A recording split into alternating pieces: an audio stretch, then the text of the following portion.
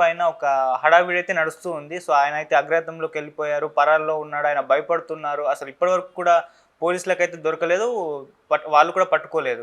అయితే ఇప్పుడు ఆయన ఒక రిప్లై ఇచ్చారు వీడియో ద్వారా, అంటే నేను భయపడట్లేదు అని చెప్పేసి చెప్తున్నారు ఆయన. అసలు ఆ వీడియోలో కంప్లీట్గా చూస్తే మీకు ఏం అర్థం అవుతుంది? మరి ఒకవేళ ఆయన భయపడకుంటే డైరెక్ట్గా పోలీసులు వచ్చి మాట్లాడచ్చు కదా, అంత సీక్రెట్గా ఉండి వీడియో చేయాల్సిన అవసరం ఏముంది? సో ఆర్జీవీ ఈ రిప్లై పైన మీ ఒపీనియన్? ముందు అసలు ఆయన ఏం చెప్పాడని చూద్దా కూడా మొత్తం మీడియా ఆయన మీద ఫోకస్ చేసింది. మనకు తెలుసు యూట్యూబ్ ఛానల్కి ఏది దొరికితే దాన్ని విపరీతంగా హైప్ చేస్తారు. సో వేరే ఇష్యూలు కూడా లేవు కాబట్టి కంప్లీట్గా ఆర్జీవీ మీదనే చేశారు. ఆర్జీవీ అరెస్ట్ అయినాయి, ఆయన్ని జైలుకి పెట్టారని, వెంటాడుతున్నారని, తప్పించుకొని తిరుగుతున్నారని రకరకాలుగా ఇంకా ఆర్జీవీ మీద డ్రామా నడిచింది. సో ఆయన ఒక వీడియో పెట్టి దీనికి సమాధానం చెప్పాలని అనుకున్నట్టుగా తెలుస్తుంది. ఆయన మరి ఎక్కడ వీడియో పెట్టాడు ఏంటనేది తెలీదు. నిజానికి ఆయన ఉన్న లొకేషన్ని, ప్లేస్ని ఆయన రివీల్ చేయదలుచుకోలేదన్నది కూడా తెలుస్తుంది. నిజంగా ఆయన ఓపెన్గా మాట్లాడితే షూటింగ్ నేను ప్రొడ్యూసర్తో ఫిల్మ్ వర్క్లో ఉన్నానని చెప్పాడు. బ్యాక్డ్రాప్లో పెట్టచ్చు, నేను పలానా చోట ఉన్నాను అని కూడా ఆయన చెప్పచ్చు. అదేమీ చెప్పలేదు. ఆయన చెప్పలేదంటే క్లియర్గా ఆయన he doesn't want to reveal his location. So తను ఎక్కడున్నానో చెప్పదలుచుకోలేదు.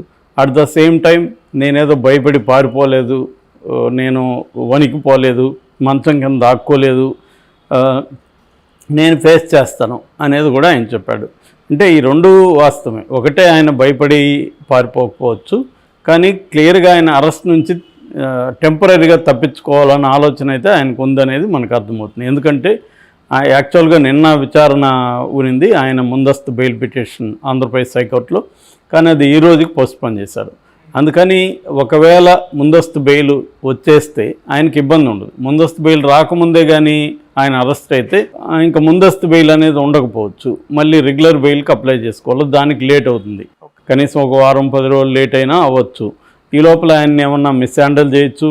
ఆయనే చెప్పాడు నన్ను 3rd డిగ్రీ ఉపయోగించబోతున్నారని, అదంతా కూడా చేయొచ్చు. సో మళ్ళీ అవన్నీ ఈయన ప్రూవ్ చేసుకునేదని జరగదు. ఇప్పుడు రఘురామకృష్ణరాజు మీద 3rd డిగ్రీ జరిగి 2 ఏళ్ళ పైన అయితే ఇంకా కోర్టులో నడుస్తున్నాయి, కేసులు జరుగుతున్నాయి. ఇవన్నీ ఎప్పుడు అది ఈయనకు అనుకూలమైన జగన్ గవర్నమెంట్ వస్తే, రాకపోతే ఇంకా ఎప్పటికీ ఈయన మీద జరిగిన 3rd డిగ్రీని ఈయన ఏమీ నిరూపించుకోలేని పరిస్థితి. ఎందుకంటే పోలీసులు కొట్టే దెబ్బలు బయటికి కనబడవు. సో మెడికల్ సర్టిఫికేట్ ఎలాగో ఇప్పుడు ఇవ్వరు ఈయనకు అనుకూలంగా, మరి కోర్టులో ఆయన ఎలా కొట్లాడతాడు? ఇవన్నీ ఆయనకు తెలియకేం కాదు. Is a smarter than anybody else. So కాబట్టి ఆయన దీన్ని అవాయిడ్ చేద్దాము, 3rd డిగ్రీస్ని లేకపోతే మిస్హ్యాండ్లింగ్ని అవాయిడ్ చేద్దాము. సో కోర్టు బెయిల్ వచ్చిన తర్వాత మనకి ఇబ్బంది ఉండదు. ఒకవేళ బెయిల్ రాకపోతే అప్పుడు మనం సరెండర్ అవుదాం. అప్పుడు కోర్టు పర్యవేక్షణలు ఉంటారు కాబట్టి మనకి ఈ 3rd డిగ్రీ అనేది ఉండకపోవచ్చు అనేది ఆయన ప్రధానంగా లాయర్లతో డిస్కస్ చేసుకొని ఒక నిర్ణయానికి వచ్చినట్టుగా తెలుస్తుంది. ఇది చాలామంది కూడా చేస్తారు. ఒక ఇది వేసుకున్నప్పుడు ముందస్తు బెయిల్కి, యాంటిసిపేటరీ బెయిల్కి అప్లై చేసుకున్నప్పుడు ఈ లోపల అరెస్ట్ చేయకుండా ఉండడానికి ట్రై చేస్తాడు. అది విజయపాల్ ఆయన సిఐడి ఆయన కూడా అలాగే చేశాడు, కనిపించలేదు. ఇది అందరూ చేసే పని, ఆర్జీవీ కూడా అదే పని చేశాడు. అందులో పెద్ద ఆశ్చర్యం లేదు. ఆయన ఏదో భయపడి పారిపోయి, ఎవరైనా మన పరిస్థితులు ఏంటంటే ఒక్కొక్కసారి మనకు అనుకూలమైన పరిస్థితులు ఉండవు. గవర్నమెంట్ మనకు అనుకూలంగా లేనప్పుడు మనం దొరికితే వాళ్ళు ఇల్లీగల్గా కస్టడీలో తీసుకొని ఇది చేసే అవకాశం ఉంది. కాబట్టి ఆయన అలా వెళ్ళినట్టు కనబడుతుంది. అందుకని ఆయన మీద విపరీతంగా భయపడిపోయాడు ఇది అన్నప్పుడు ఆయన దానికి సమాధానం చెప్పదలుచుకున్నాడు. అయితే at the same time case మీద కూడా ఫస్ట్ టైం ఆయన మాట్లాడాడు. కేసు మీద ఏం మాట్లాడాడు ఆయన అంటే, ఒకటి ఈ కేసు 1 year బ్యాక్ పెట్టారు. 1 year బ్యాక్ నేను కేసు పెట్టింది 1 year కాదు, మాట్లాడింది పోస్టులు. నేను 1 year బ్యాక్ పెట్టిన పోస్టులకి సడన్గా 4 ప్రాంతాల్లో నలుగురు వితిన్ 4 రోజుల్లో మనోభావాలు పడ్డాయని కంప్లైంట్ ఇచ్చారు. ఇందులో వాస్తవం ఏమన్నా ఉందా? ఎందుకంటే ఈయన పెట్టింది ఇప్పుడు 1 year బ్యాక్. ఇప్పుడు ఎందుకు అది కూడా 4 రోజుల్లో గ్యాప్లో వివిధ ప్రాంతాల్లో 4 వ్యక్తులు మేము గాయపడ్డామని చెప్తున్నారు. పోనీ వాళ్ళ మీద ఏమైనా పోస్టులు పెట్టానా వాళ్ళు గాయపడ్డానికి? వాళ్ళ మీద పెట్టలే, వాళ్ళెవరో థర్డ్ పార్టీ అనేది ఆయన చెప్పాడు. అంటే క్లియర్గా ఇది నన్ను వేధించడానికి ప్లాన్ చేసి పెట్టారు అనేది ఆయన ఆరోపించాడు. అది వాస్తవం, నేను కూడా ఆల్రెడీ చెప్పాను. వాళ్ళు మామూలుగా కేసులు పెట్టదలుచుకున్నప్పుడు రకరకాల పద్ధతుల్లో పెడుతుంటారు. ఈయన మీద అది పెట్టారు. రెండోది ఆయన ఏం చెప్పదలుచుకున్నా అంటే ఇది ఆంధ్రప్రదేశ్కి మాత్రమే పరిమితమైంది కాదు, ప్రపంచవ్యాప్తంగా ఉన్న వరల్డ్ వైడ్ ఫెనామినాన్ అని కూడా అన్నాడు. ప్రపంచవ్యాప్తంగా ఉన్న ట్రెండే అంటే వెపనైజింగ్ ద సిస్టమ్, పర్సెక్యూషన్ అన్నాడు. పర్సెక్యూషన్ అంటే ప్రత్యర్థుల్ని వేధించడానికి, ప్రత్యర్థుల్ని శిక్షించడానికి ఇది వాడే వెపన్ అన్నాడు. ఇప్పుడు మనం పాకిస్తాన్లో అలర్లు చూస్తున్నాము. అక్కడ ప్రైమ్ మినిస్టర్కే తప్పలేదు. ప్రైమ్ మినిస్టర్ మీద, ఇమ్రాన్ ఖాన్ మీద 200 కేసులు పెట్టారు వాళ్ళు. 200 కేసులు పెడితే ఆయన జీవితంలో బయటకు రాగలడా? రాలేడు. ఈ 200 కేసులు కోర్టులో ఎప్పుడు ఇన్నోసెంట్ అని నిరూపించుకోవాలా? ఇది ఆర్జీవి కరెక్ట్గానే చెప్పాడు ఈ విషయంలో. ప్రపంచవ్యాప్తంగా రాజకీయ ప్రత్యర్థులను కావచ్చు, క్రిటిక్స్ని కావచ్చు, డిసెంట్ అసమ్మతి వ్యక్తం చేసే వాళ్ళని కావచ్చు, ఇలాగే కేసులు పెట్టి వాళ్ళని జైళ్ళల్లో మగబెట్టడం, కొంతమందిని చంపేయడం, ఇది అన్ని చోట్ల జరుగుతుంది. ఆయన అదే చెప్తున్నాడు. ఇక్కడ ఇది ఒకటే కాదు. అందుకే నేను ఏ పర్టికులర్ పొలిటీషియన్ని బ్లేమ్ చేయట్లేదు, పోలీసుని బ్లేమ్ చేయట్లేదు కూడా అంటున్నాడు. మామూలుగా అయితే ఆయన లోకేష్ను, చంద్రబాబును, పవన్ కళ్యాణ్ను బ్లేమ్ చేయాల్సిన జనరల్గా అయితే చేస్తారు. ఆయన అది కూడా చేయకుండా జనరలైజ్ చేశాడు. వరల్డ్ వైడ్ ఫెనామినాని ఇది పర్సిక్యూట్ చేయడం కోసమే చేస్తున్నారు. ఇంకొక అంశం ఆయన ఏం చెప్పాడంటే, ఇప్పుడేదో నేను ఆల్రెడీ నాకు నోటీస్ ఇచ్చారు, నేను రిప్లై ఇచ్చాను, వస్తున్నా అని చెప్పాను. నేను అనుకున్నాను వెళదామని, కానీ నాకు ఇక్కడ షూట్ లేట్ అవుతుంది, ప్రొడ్యూసర్ని ఇబ్బంది పెట్టడానికి ఇష్టం లేదు కాబట్టి నేను మళ్ళీ నాకు టైం అడిగాను అనేది ఆయన చెప్పాడు. అది అబద్ధమే కావచ్చు. అసలు విషయం నేను చెప్పినట్టుగా యాంటిసిపేటరీ బెయిల్ తేలినాక వెళ్దాం అనేది ఆయన ఉద్దేశం. కాకపోతే అది చెప్పకుండా ఇది చెప్పాడు. కానీ ఎసెన్స్ ఆయన చెప్పిన విషయం ఏంటంటే, అర్జెన్సీ ఏముంది దీంట్లో? ఇదేమన్నా అర్జెంట్ కేసా?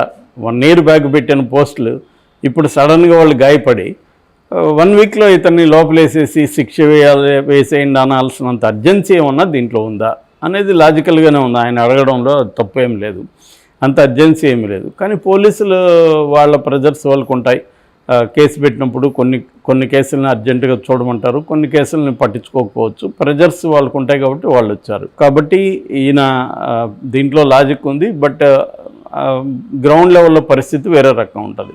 అంటే కొంతమంది మీద సీరియస్గా ఉన్నప్పుడు వాళ్ళని ఎవరైనా, జగన్ ప్రభుత్వం అయినా, చంద్రబాబు ప్రభుత్వం అయినా, ఏ ప్రభుత్వం అయినా, వాళ్ళ మీద సీరియస్గా ఉన్నప్పుడు వాళ్ళని వెంటాడి అరెస్ట్ చేసి జైల్లో పెట్టడం అనేది కామన్గా అన్ని ప్రభుత్వాల హయాంలోనూ జరుగుతుంది. సో అది అందువల్ల ఎంత అర్జెన్సీ ఏముంది, నేను వస్తానన్నాను కదా అనేది ఆయన అడుగుతున్నాడు.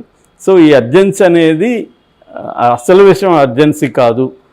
అసలు విషయం ఏంటంటే నన్ను వేధించి జైల్లో బెయిల్ రాకముందే జైల్లో పెట్టాలా అనేది ఆయన చెప్పలేదు ఈ మాటలు, కానీ ఆయన ఉద్దేశం అయితే అదనమాట. అయితే ఆయన ఏమన్నా అంటే ఫైనల్గా అందరూ చెప్పేది, నేను లా ఆఫ్ ద ల్యాండ్కి కట్టుబడి ఉంటాను. కట్టుబడి ఉండకుండా కూడా ఎవడేం చేస్తాడు? కట్టుబడి ఉండాల్సింది, నువ్వు చెప్పినా చెప్పకపోయినా. ఇప్పుడు నక్సలైట్లు మేము ఈ రాజ్యాంగాన్ని వ్యతిరేకిస్తూ ఉంటారు. ఫైనల్గా వాళ్ళకి రాజ్యాంగం వర్తిస్తుందిగా. నువ్వు వ్యతిరేకించినా కూడా నీకు వర్తిస్తుంది. నేను చట్టాన్ని గౌరవించనన్నా కూడా ఆ చట్టం నీకు అప్లై అవుతుంది. కాబట్టి ఈయనకి నేను నిన్న చెప్పినాను, ఈయనకి అరెస్ట్ అయితే ఖచ్చితంగా ఖాయం. బెయిల్ వచ్చినా వేరే కేసులు పెట్టి అరెస్ట్ చేస్తారు. ఈయన్ని ఒకవేళ ఈ కేసులో బెయిల్ వస్తే ఇంకొక వేరే కేసులు పెడతారు. ఆల్రెడీ నిన్న చెప్పాను నేను, ఈయన గవర్నమెంట్ నుంచి, జగన్ ప్రభుత్వం ఈయనకి 1,14,00,000 2 దఫాలుగా 2 చెక్కుల్లో స్టేట్ బ్యాంక్ ఆఫ్ ఇండియా నుంచి ఇష్యూ చేసింది మార్చిలో, ఈ ఇయర్ మార్చిలో. దాని మీద తెలుగుదేశం అఫీషియల్ హ్యాండిల్ మేలోనే ఒక పోస్ట్ పెట్టింది. ఈ డబ్బులు ఎందుకు ఇచ్చారు, ఆర్జీవి ప్రభుత్వానికి ఏం చేశాడని ఈ డబ్బులు ఇచ్చారు అనేది వాళ్ళు అడుగుతూ, మేము వచ్చినాక దీని మీద ఎంక్వైరీ చేయిస్తాం, వదలమని కూడా చెప్పారు. సో ఆ కేసు కూడా ఈయన మీద ఇప్పుడు ఉందా, ఆల్రెడీ కేసు ఉందా, లేకపోతే మళ్ళీ అయినా పెడతారు. లేకపోయినా అంటే ఆర్జీవీని అంత ఈజీగా వదలరు. దీనికి కారణం ఏంది, ఆర్జీవీ అనేక సినిమాల్లో చంద్రబాబును, పవన్ కళ్యాణ్ను, లోకేష్ని అత్యంత హీనంగా చూపించడం, ఒక క్యారికేచర్స్గా చూపించడం, హేళనగా చూపించడం, ఇవి చేశారు. కాబట్టి వాళ్ళు హర్ట్ అయ్యారు. ఒకప్పుడంటే పొలిటికల్ సినారియోలో రామారావుని కృష్ణ అలాగే క్యారికేచర్కి తీసినప్పుడు అప్పుడు రామారావు సహించాడు దాన్ని. ఇవాళ అటువంటి వాతావరణం లేదు. ఇవాళ పబ్లిక్ లైఫ్ కానీ ప్రభుత్వాలు కానీ ఏమాత్రం సహించడం అనే టాలరెన్స్ అనే కాన్సెప్ట్ ఇవాళ లేదు. అప్పట్లో ఉండేది టాలరెన్స్. నెహ్రూ మీద దారుణమైన కార్టూన్లు వేసేవాళ్ళు, వాళ్ళెవరు నెహ్రూ లాంటి వాళ్ళు కూడా ఏం చేయలేదు. ఇంకా